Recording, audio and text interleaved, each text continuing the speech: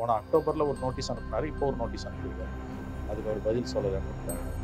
நீங்கள் வந்து சொந்த அண்ணனை கேட்குறாரு, நீங்கள் வந்து ஏமாற்றிட்டீங்க. நீங்கள் வந்து தயாளம்மாவுக்கான ஷேரை ஒரிஜினலாக தயாளம்மாவுக்கு கொடுக்கணும். அதாவது எதுன்னா, இந்த 2003 செப்டம்பர் 15லேருந்து இப்போ வரைக்கும் இப்போ இந்த 22 வருஷத்தில் நீங்கள் எவ்வளவு டிவிடெண்ட் அதுலேருந்து எடுத்தீங்க, எவ்வளவு அதெல்லாம் மற்ற தொழில்களில் முதலீடு பண்ணீங்க, அதில் வந்த வருமானம் எல்லாம் சேர்த்து வந்து தயாளம்மா ஷேரை தயாளம்மாக்கும், 2வது ஷேரை வந்து முரசொலி மாறனோட லீகல் ஹேர்ஸாக இருக்கக்கூடிய மற்றவங்களுக்கு கொடுக்கணும் அப்படின்றது தான். நீங்கள் இதை கொடுக்கலன்னா ஒரு வாரத்துக்குள்ளே பதில் கொடுக்கணும். அப்படி இல்லைன்னா நான் வந்து சட்டப்படி நான் அறிந்த வரையும், நான் பேசி பார்த்த வரையில், சில வழக்கறிஞர்கள் மற்றும் பிஸ்னஸ் ஜேர்னலிஸ்ட்டுக்கிட்ட பேசி பார்த்த வரையில், ரொம்ப நம்பகத்தன்மை உள்ள பிஸ்னஸ் ஜேர்னலிஸ்ட்டுக்கிட்ட பேசி பார்த்த வரையில் அவங்க சொல்கிறது என்னென்னா, தயாநிதி மாறனும் விஷயம் தெரிஞ்சவர், 7 வருஷம் மத்திய மந்திரியாக இருந்திருக்காரு, 4வது டேர்ம் எம்பியாக இருக்கார். அவர் ஏன் இதை பண்ணுறாரு? அவர் வந்து கடந்த 2 ஆண்டுகளாக அண்ணனும் தம்பியும் பேசிக்கிறது இல்லை. பக்கத்து பக்கத்து பங்களா, ஒரு தெருவில் அந்த படம் வரைக்கும் இந்த பங்களா அண்ணன், இந்த முனையிலேருந்து அந்த படம் வரைக்கும் தம்பி. இது போட் கிளப் ரோட். ஏன் வந்து தயாநிதி இப்போ இந்த நோட்டீஸ் அனுப்புகிறாரு? 2வது நோட்டீஸை வந்து தம்பி அண்ணன் பதில் சொல்ல மாட்டாருன்னு தெரியும், மீடியாவுக்கு ஏன் லீக் பண்ணுறாரு? பொதுவெளியில் போட்டு ஏன் அதை உடைக்கிறாரு? பொதுவெளிக்கு கொண்டு வரது மூலமாக சில விஷயங்களை அவர் சாதிக்க விரும்புகிறார். நம்பர் 1 என்னன்னா, டிவி அப்படிங்கிறது திமுகவோட ஒன் ஆஃப் த பேஸ் இல்லையா? பாஜக அப்ரோச் பண்ணி இல்லை. இது நல்ல கேள்வி. இது வந்து நான் ஒன்று சொல்கிறேங்க.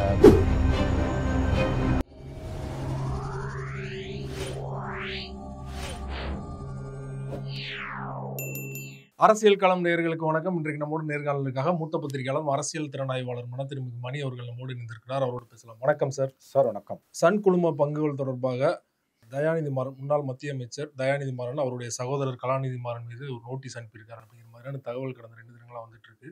குறிப்பா 2003ஆம் ஆண்டு அவருடைய தந்தை முரசொலி மாறன் உயிருடன் இருந்ததற்கு முன்றைய நடைமுறையை தொடர வேண்டும் அப்படிங்கிறதா அந்த வக்கீல் நோட்டீஸோட சாராம்சம் சொல்லப்படுது இல்லையா? உண்மையிலே என்ன பிரச்சனை சார்? 22 ஆண்டுகளுக்கு பிறகு இந்த பிரச்சனையை தயாநிதி மாறன் கடப்புறார்.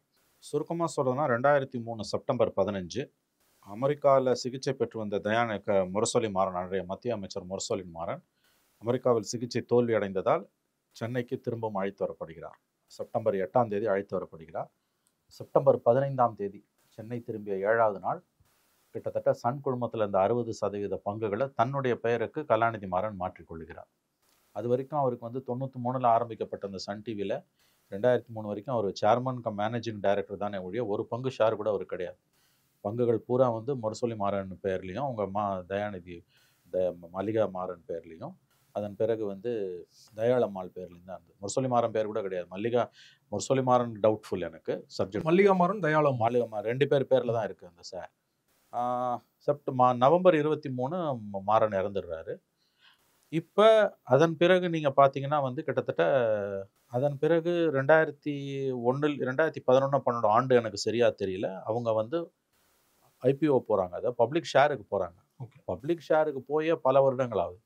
இப்போ 22 வருடங்கள் பொறுத்து இந்த பிரச்சனையை இவர் ஏன் கிளப்பணும்?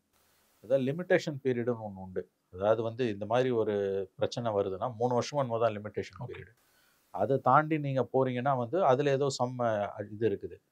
அதிகபட்சம் 6 வருஷமும் என்னமோ தான். நீ 22 வருஷம் பொறுத்தெல்லாம் ஒரு பிரச்சனையை கிளப்பவே முடியாது. 2வது ஐபிஓ ஷேர் வந்தாச்சு. ஷேர் வந்த பிறகு நீ வந்து 22 வருஷத்துக்கு முன்னால் இருந்த பவர் ஸ்ட்ரக்சருக்கு போகணும்னு சொல்கிறது வந்து அது சட்டப்படி அது செல்லுபடியே ஆகாது. அவர் என்ன சொல்கிறாரு, இவங்களுக்கு வந்து 2 பேர் தயாளம்மா அண்ட் மல்லிகா மாறன் 2 பேரில் தான் ஷேர் இருக்குது. இதில் வந்து தயாளம்மா கிட்ட அந்த ஷேரை வந்து அவங்க வந்து 10 ரூபாய் ஷேர் அதோட ஒரிஜினல் ரேட்டுக்கு அதுமா கொடுத்து வாங்குறாங்க. ஆனால் மல்லிகா மாறனோட ஷேரை வந்து அப்படியே வந்து ட்ரான்ஸ்ஃபர் பண்ணிக்கிறாங்க. 10 ரூபாய் ஒரு ஷேர் இதை கொடுத்து விலைக்கு வாங்குறாரு. 2003 இந்த பங்கு இந்த சம்பவம் நடக்கும்போது 2003 செப்டம்பர் 15 மல்லிகா மாறன் பேரில் இருந்த ஷேரை வந்து அந்த ஷேரோட அன்றைய மதிப்பு வந்து 3600 ரூபாவோ என்னமோன்றாரு. ஒரு பங்கோட விலைன்னு அவர் சொல்றாரு. 3600 கோடி பங்கு மதிப்பு. அதை வந்து 10 ரூபாய்க்கு வாங்கினால 1,20,00,000 தான் வாங்குறாரு. அதுல வந்து கிட்டத்தட்ட 3500 கோடி அதுலயே மோசடி நடந்திருக்கின்றாரு. இவங்க இப்போ ஷேரையும் வந்து தயாளம்மா ஷேரையும் வந்து விலைக்கு வாங்கி அதுக்கு பிறகு 2007-08 அந்த தினகரன் எரிப்பப்போ 100 கோடி ரூபாய் கொடுத்து அதை காம்ப்ரமைஸ் பண்ணிட்டாங்கன்றாங்க. ஆனால் அதுலேயும் இவர் என்ன சொல்கிறாருன்னா, ஆக்சுவலாக அவங்க 100 கோடி ரூபாய் கொடுத்து ஷேரை வாங்கினது வெறும் டிவிடெண்டுக்கு தான் அது போகும். அது ஷேரோட மதிப்பு இன்னும் அதிகமாக தான் இருக்கும். அதனால் இப்போ அவர் என்ன ப்ரேயர் வைக்கிறாருன்னா, போன அக்டோபரில் ஒரு நோட்டீஸ் அனுப்புனாரு, இப்போ ஒரு நோட்டீஸ் அனுப்பியிருக்காரு. அதுக்கு அவர் பதில் சொல்லலைன்றதுக்காக. நீங்கள் வந்து சொந்த அண்ணனை கேட்குறாரு, நீங்கள் வந்து ஏமாத்திட்டீங்க, நீங்கள் வந்து தயாளம்மாவுக்கான ஷேரை ஒரிஜினலாக தயாளம்மாவுக்கு கொடுக்கணும். அதாவது எதுன்னா, இந்த 2003 செப்டம்பர் 15லேருந்து இப்போ வரைக்கும் இருக்க இந்த 22 வருஷத்தில் நீங்கள் எவ்வளவு டிவிடெண்ட் அதுலேருந்து எடுத்தீங்க, எவ்வளவு அதெல்லாம் மற்ற தொழில்களில் முதலீடு பண்ணீங்க, அதில் வந்த வருமானம், இது எல்லாம் சேர்த்து வந்து தயாளம்மா ஷேரை தயாளம்மாக்கும், 2வது ஷேரை வந்து முரசொலி மாறனோட லீகல் ஹேர்ஸாக இருக்கக்கூடிய மற்றவங்களுக்கும் கொடுக்கணும் அப்படின்றது தான். நீங்கள் இதை கொடுக்கலன்னா ஒரு வாரத்துக்குள்ளே பதில் கொடுக்கணும். அப்படி இல்லைன்னா நான் வந்து SFIOன்னு ஒரு ஆர்கனைசேஷன் இருக்குது, சீரியஸ் ஃப்ராட் இன்வெஸ்டிகேஷன் ஆஃபீஸ், மத்திய அரசாங்கத்தோட புலனாய்வு அமைப்பு, அவங்க கம்ப்ளைண்ட் பண்ணுவேன், இடியில் கம்ப்ளைண்ட் பண்ணுவேன் அப்படின்லாம் அவர் சொல்கிறார். இந்த பதில் இது வந்து ஏற்கனவே அக்டோபர்லேயே இந்த நோட்டீஸ் முதல் தடவை நோட்டீஸ் போயிருக்கு, 2வது நோட்டீஸ் இப்போ போயிருக்கு, ஜூன் மாதம் 10ஆம் தேதி போயிருக்கு. இது வந்து கடந்த ஒரு 10 நாட்களுக்கு முன்பு முக்கியமான பத்திரிகைகளோட எடிட்டர்ஸுக்கெல்லாம் வந்து வாட்ஸ்அப் ஃபார்வர்டாக வந்திருக்கு. ஆனால் யாருமே போட தயாராக இல்லை. ஏன்னா வெறும் வாட்ஸ்அப் ஃபார்வர்டு வச்சு நம்ம போட முடியாது. இதில் moneycontrol.comனு இருக்கக்கூடிய ஒரு வெப்சைட், அதில் ஒரு லேடி ஒருத்தர் பெங்களூரில் இருக்காங்க. அந்த அம்மா அதை வந்து 2 நாளைக்கு முன்னால் முந்தான அன்னைக்கு அவங்களோட இணையதளத்தில் போட்ட பிறகு தான் அது பற்றி எரிஞ்சுது. நேற்றைக்கு சன் குழுமம் ஒரு விளக்கம் கொடுத்துருக்கு. இது வந்து இதில் சொல்லப்பட்டது, அது அந்த விளக்கத்தை யாரை கொடுத்துறாங்கன்னா, அவங்க நேஷனல் ஸ்டாக் எக்ஸ்சேஞ்சுக்கு ஒரு கடிதம் எழுதுறாங்க. ஏன்னா இப்போ அது IPO வந்துடுச்சு. IPO வந்து ஷேர் மார்க்கெட்டுக்கு போனதால் பங்குதாரர்கள் கவலைப்படுவாங்கன்றதுக்கு அதை தெளிவுபடுத்துறதுக்கு நேஷனல் ஸ்டாக் எக்ஸ்சேஞ்ச் ஆஃப் இந்தியாவுக்கு அவங்க எழுதின கடிதத்தோட நகலை வந்து ப்ரெஸ் ரிலீஸாக அவங்க கொடுத்துருக்காங்க, சன் குழுமம் கொடுத்துருக்கு. அதில் அவங்க என்ன சொல்கிறாங்கன்னா வந்து சன் குழுமத்தோட அந்த கம்பெனி செக்ரட்டரி, ஆடிட்டர்ஸ் அவங்க சொல்கிறது என்னென்னா, இதெல்லாம் பழைய கதை, 22 வருஷம் தான் நடந்த கதை. 2வது, நாங்கள் ஷேருக்கு போகும்போது IPO போகிறோம் இல்லையா, போகும்போது எல்லா டாக்குமெண்ட்ஸையும் நாங்கள் தெளிவாக வச்சு அவங்களோட அங்கீகாரத்தை பெற்ற பிறகு தான் நாங்கள் IPOக்கு போயிருக்கோம். அதனால் இந்த குற்றச்சாட்டுகள் அத்தனையும் ஆதாரமற்றவை, இது குடும்ப விஷயம், இது முழுக்க முழுக்க அவதூறு, தெளிவாக கொடுத்துட்டோம். ஏன்னா பங்கு சந்தையில் 6% இறங்கிருச்சு, நேற்று 6% இறங்கியிருக்கு, திங்கட்கிழமை ஏறும். இது வந்து இந்த பிரச்சனையை நல்லா ஞாபகம் வச்சுக்கோங்க, இது முழுக்க முழுக்க குடும்ப பிரச்சனை. சட்டப்படி நான் அறிந்த வரையில், நான் பேசி பார்த்த வரையில், சில வழக்கறிஞர்கள் மற்றும் பிஸ்னஸ் ஜேர்னலிஸ்ட்டுங்கிட்ட பேசி பார்த்த வரையில், ரொம்ப நம்பகத்தன்மை உள்ள பிஸ்னஸ் ஜேர்னலிஸ்ட்டுங்கிட்ட பேசி பார்த்த வரையில் அவங்க சொல்கிறது என்னென்னா, கலாநிதி மாறன் பக்கம்தான் சட்டம் இருக்கிறது. Kalanithi Maran is on a strong legal ground. 22 வருஷத்துக்கு மேலே நடந்த விஷயத்தெல்லாம் இப்போ நீ நோண்ட முடியாது. சிரிப்பான், கோர்ட்டில் போனால் தூக்கி அடிப்பான் ஜட்ஜி. அதெல்லாம் நீங்கள் இந்த லிமிட்டேஷன் பீரியட்னு சொல்கிறோம் பார்த்தீங்களா, 3 வருஷம், அல்லது உனக்கு தெரிய வந்ததுன்னா அதுலேருந்து 3 வருஷம், மொத்தமே அவ்வளோதான். 22 இயர்ஸ்ன்றது அந்த மாதிரி 4 மடங்கு. 22 இயர்ஸ்ன்றது கிட்டத்தட்ட ஒரு ஜெனரேஷன், ஒரு தலைமுறை ஓடி போயிருக்கு. ஒரு தலைமுறைக்கு முன்னால் நடந்ததை எடுத்து வச்சு நீ ஏன் இப்படி பண்ணுற? அப்போ தயாநிதி மாறனும் விஷயம் தெரிஞ்சவர், 7 வருஷம் மத்திய மந்திரியாக இருந்திருக்காரு, 4வது டேர்ம் எம்பியாக இருக்கார். அவர் ஏன் இதை பண்ணுறார்? அவர் வந்து கடந்த 2 ஆண்டுகளாக அண்ணனும் தம்பியும் பேசிக்கிறது இல்லை. பக்கத்து பங்களா, ஒரு தெருவில் அந்த மடம் வரைக்கும் இந்த பங்களா அண்ணன், இந்த மனையிலேருந்து அந்த மடம் வரைக்கும் தம்பி. இது போட் கிளப் ரோட்டில். ஏன் வந்து தயாநிதி இப்போ இந்த நோட்டீஸ் அனுப்புகிறார்? அது 2வது நோட்டீஸை வந்து தம்பி அண்ணன் பதில் சொல்ல மாட்டாருன்னு தெரியும், மீடியாவுக்கு ஏன் லீக் பண்ணுறாரு? பொது வெளியில் போட்டு ஏன் இதை உடைக்கிறாரு? சட்டப்படி அண்ணன் பக்கம்தான் நியாயம் இருக்குது. சட்டப்படி அண்ணனை வந்து நியாயம் அநியாயன்ற பாயிண்ட் எப்படி பேசணும்னா சட்டப்படி பேசணும். சட்டம் அண்ணன் பக்கம் தான் இருக்குது, தான் பக்கம் ரொம்ப வீக்கான கேஸ்ன்றது தம்பிக்கு நல்லா தெரியும். ஆனால் இதை பொது வெளிக்கு கொண்டு வரது மூலமாக சில விஷயங்களை அவர் சாதிக்க விரும்புகிறார். நம்பர் 1 என்னென்னா வந்து அண்ணன் பேரை கெடுக்கணும். நம்பர் 2, அதை விட முக்கியமாக இப்போ இவர் சொல்கிறார், SFIO, IT, EDலெல்லாம் கம்ப்ளைண்ட்ஸ்க்கு லான்ச் பண்ண SFIO, SEBI, ED 3 சொல்கிறார். இங்கெல்லாம் கம்ப்ளைண்ட்டை லான்ச் பண்ணால் அவங்க ஒருவேளை விசாரணைக்கு வந்தாங்கன்னா இந்த பிரச்சனையில் கலாநிதிக்கு எதிராக போகிறதுக்கு வாய்ப்பு குறைவு. ஆனால் வேற தவறுகள் கண்டிப்பாக பண்ணியிருப்பார்ல, அதெல்லாம் வெளியில் வரும். இதுதான் இப்போ இருக்கக்கூடிய செக் வைக்கிறார். இந்த மாதிரி இதில் வந்து எனக்கு தெரியும் உன் பக்கம் தான் நியாயம் இருக்குது, 22 வருஷம் பொறுத்து வந்தானா எனக்கு நியாயம் கிடைக்காது. ஆனால் SFIO, SEBI, EDலாம் உள்ளே வந்தான்னா வேறு சிக்கல்கள் நிறையா வரும். அந்த வேறு பிரச்சனைகளோட டீட்டெயில்ஸும் தயாநிதி கிட்ட இருக்குன்றாங்க. இப்போ அதுதான் இஷ்யூ.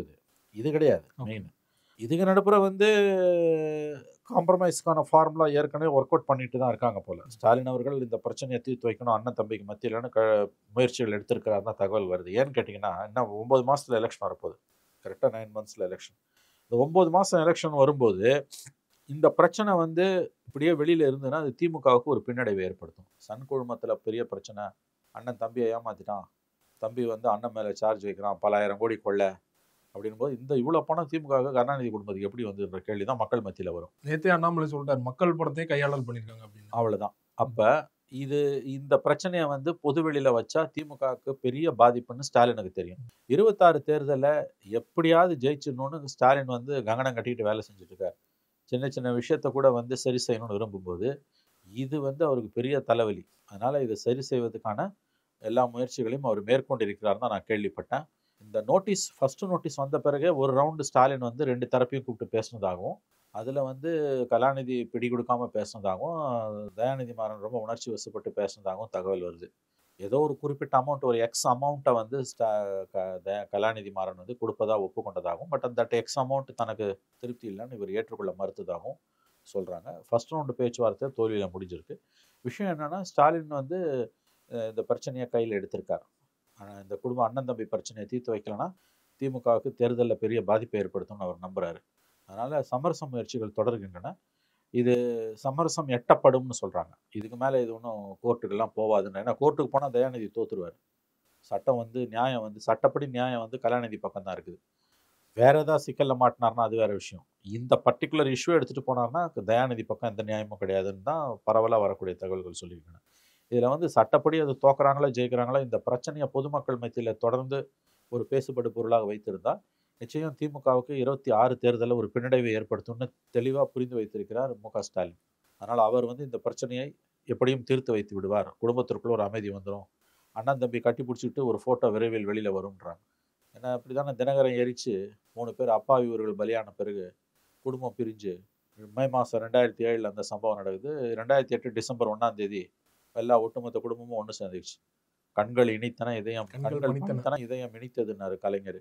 அந்த மாதிரியான ஒரு சூழல் நோக்கி தான் இப்போ மறுபடியும் அது போகுது. மறுபடியும் கண்கள் பணிக்கும் இதயம் இனிக்கும். எழுதி வைத்துக் கொள்ளுங்கள். இந்த பிரச்சனை சுமூகமாக தீர்த்து வைக்கப்படும்.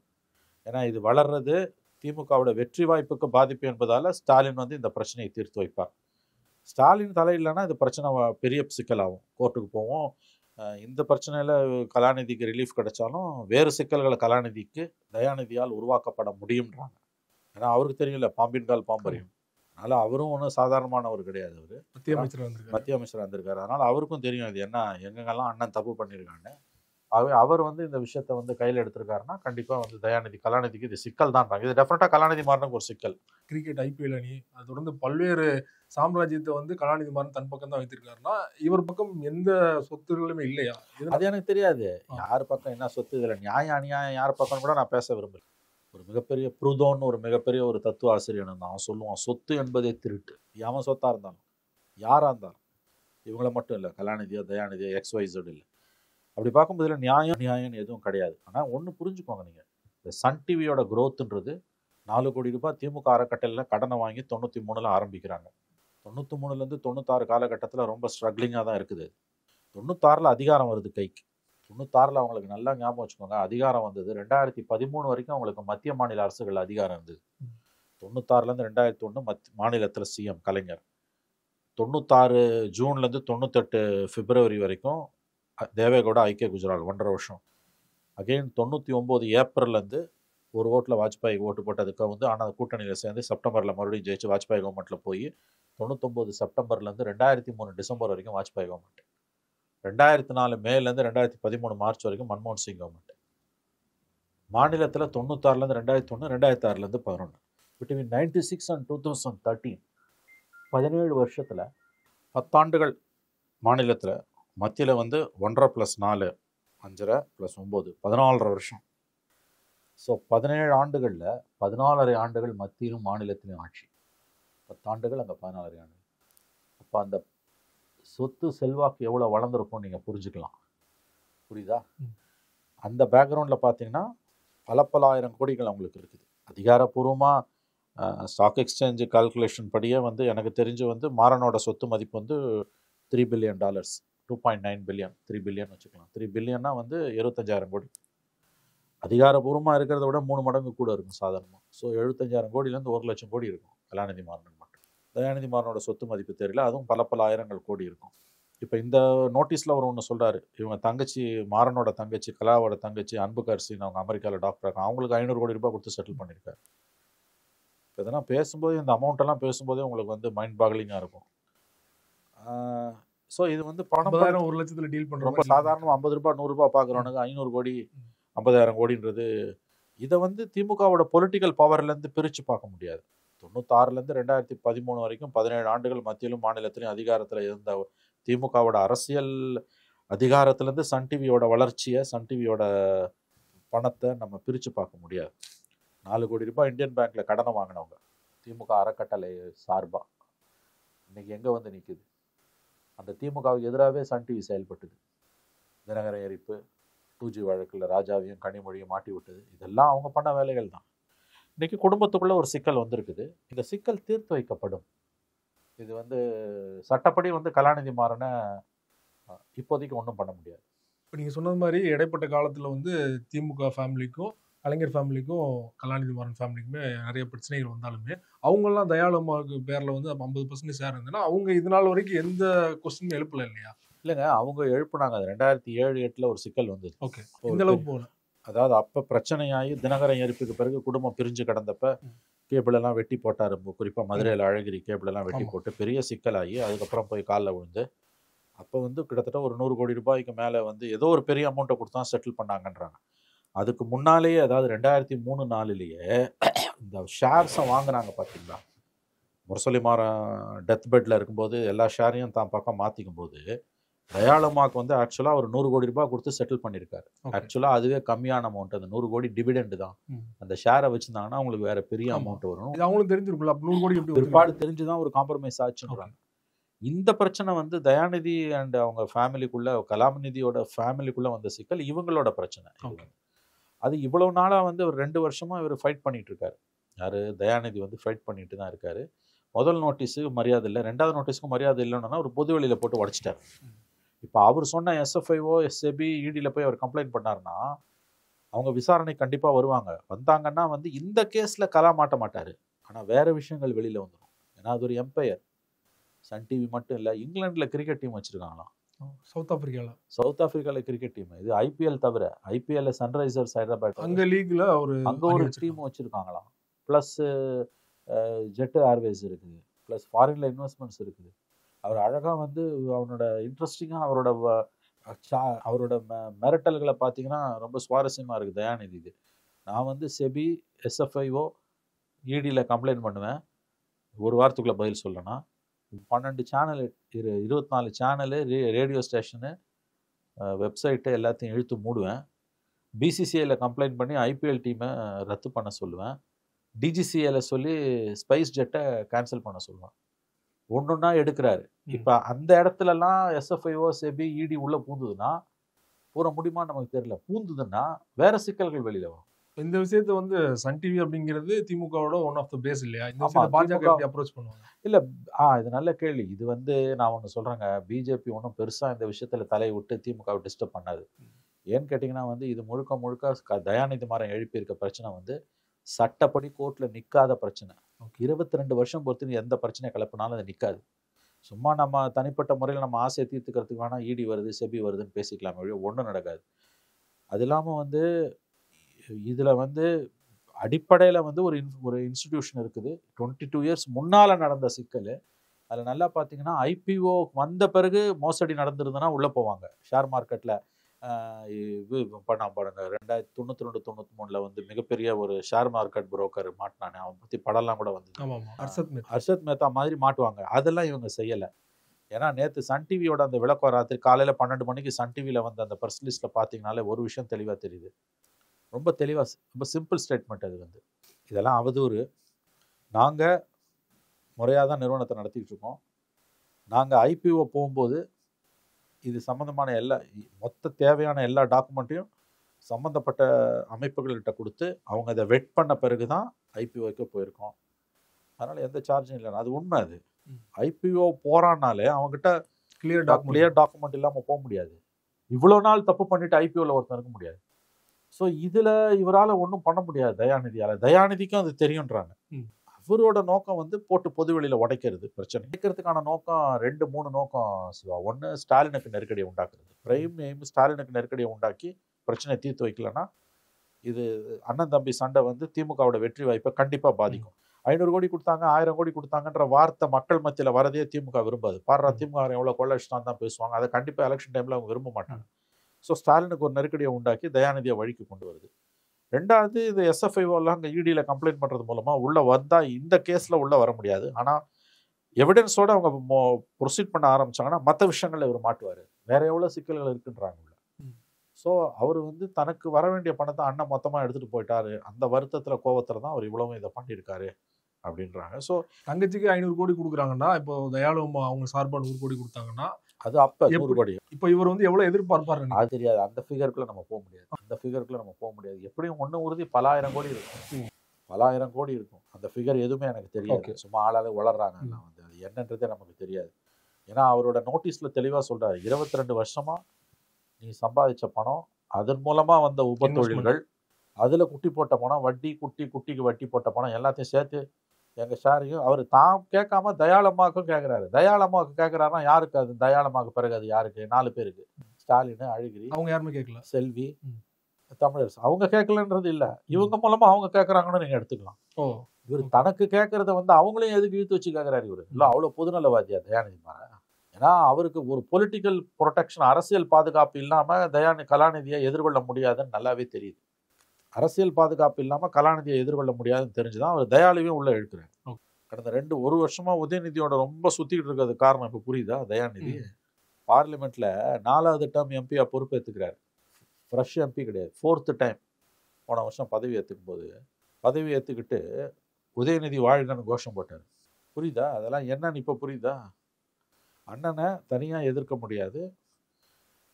பொலிட்டிக்கல் பவர், ஸ்டாலின் உதயநிதியோட பொலிட்டிக்கல் பவரை கையில் வச்சுக்கிட்டு அவர் ஃபேஸ் பண்ணணும்னு பார்க்குறாரு. இந்த பிரச்சனை குடும்ப பிரச்சனை. இந்த பிரச்சனையை தீர்ப்பதற்கான எல்லா முயற்சிகளிலும் ஸ்டாலின் இறங்கி இருக்கிறார். அவர் தீவிர ஆர்வம் காட்டுகிறார். ஏன்னா இந்த பிரச்சனை வளர்றதும் தொடர்ந்து சமூக வலைதளங்கள்லையும் மீடியாலையும் வந்து இது பேசுபடு பொருளாக இருப்பதும் திமுகவுக்கு பெருத்த பாதிப்பு உண்டாக்குன்றார். ஒரு சிம்பிள் சைக்காலஜி தான். தங்கச்சிக்கு 500 கோடி கொடுத்தான், தம்பிக்கு 5000 கோடி கொடுக்க போகிறான், இப்படிலாம் பேச்சு வருது. இது ₹1 கிடையாது. இவங்க வந்து எப்படி வந்து 10 ரூபாய் சம்பாதிக்க மனுஷன் இன்னைக்கு நாயா பேயா அலையிறான். இவங்க ரொம்ப சர்வசாதாரணமாக 500 கோடி 50,000 கோடின்றாங்க. இது வெற்றி வாய்ப்பை கண்டிப்பாக பாதிக்கும்ன்ற ஒரு எளிமையான உண்மையை முதலமைச்சர் புரிஞ்சுக்கிறார். அதனால் இந்த பிரச்சனையை தீர்த்து வைத்து விடுவார், பிரச்சனை சால்வ் ஆகிடும்ன்றாங்க. இந்த நோட்டீஸோட இந்த பிரச்சனை அமைகிடும் தான் சொல்கிறாங்க. இப்போ நீங்கள் குடும்ப பிரச்சனை தெளிவாக சொன்னாலுமே தயாநிதி மாறனுடைய மனைவி பிரியா அவருடைய பேக்ரவுண்ட் பார்த்தீங்கன்னா இந்து குடும்ப ஃபேமிலி. ஸோ அதெல்லாம் லிங்க் பண்ணி பேசுகிறாங்க இல்லையா? இல்லை, அது ரொம்ப தவறான பார்வை. நான் அறிந்த வரையில் இந்து குடும்பத்துக்கும் எதுக்கும் எந்த சம்மந்தம் இல்லை. அந்தம்மா அவங்க தயாநிதியோட ஒய்ஃப் வந்து ஹிந்துவில் 12 டைரக்டர்ஸ் இருக்காங்க. அதில் ஒரு டைரக்டரோட மகள். அவங்க இந்து குடும்பத்துக்கும் எதுக்கும் எந்த சம்மந்தமும் கிடையாது நான் அறிந்த வரையில். இது முழுக்க தயாநிதி மாறனோட பிரச்சனை. இன்னொன்று, இந்து குடும்பம் நினச்சாலும் இதில் ஒன்றும் பண்ண முடியாது. கலாநிதி மாறன் பக்கம் தான் சட்டம் நிற்குது. தயவு செஞ்சு இதை புரிஞ்சுக்கோங்க. Kalanithi Maran is on a strong legal wicket. இது தயாநிதிக்கு உங்களையும் என்னையும் விட நல்லா தெரியும். அவர் பிரச்சனையை பொது வெளியில் போட்டு உடைக்கிறாரு. இது மூலமாக அண்ணனுக்கும் ஸ்டாலினுக்கும் ஒரு அழுத்தத்தை ஏற்படுத்துகிறார். எனக்கு வர வேண்டியதை வாங்கி கொடுங்க, அது கொடுக்கப்படும், பிரச்சனை தீர்க்கப்படும்ன்றாங்க. ஏன்னா இதில் பாலிடிக்ஸ் இன்னும் 10 மாதத்தில் எலெக்ஷனை வச்சுட்டு 9 மாதத்தில் வச்சுட்டு இந்த கூத்தெல்லாம் பண்ணால் பாதிப்பு வரும்.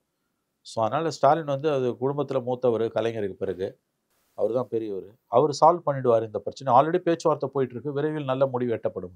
ரொம்ப நன்றி சார். சன் குழும விவகாரம் தொடர்பாக பல்வேறு விஷயங்கள் என்னோட நன்றி.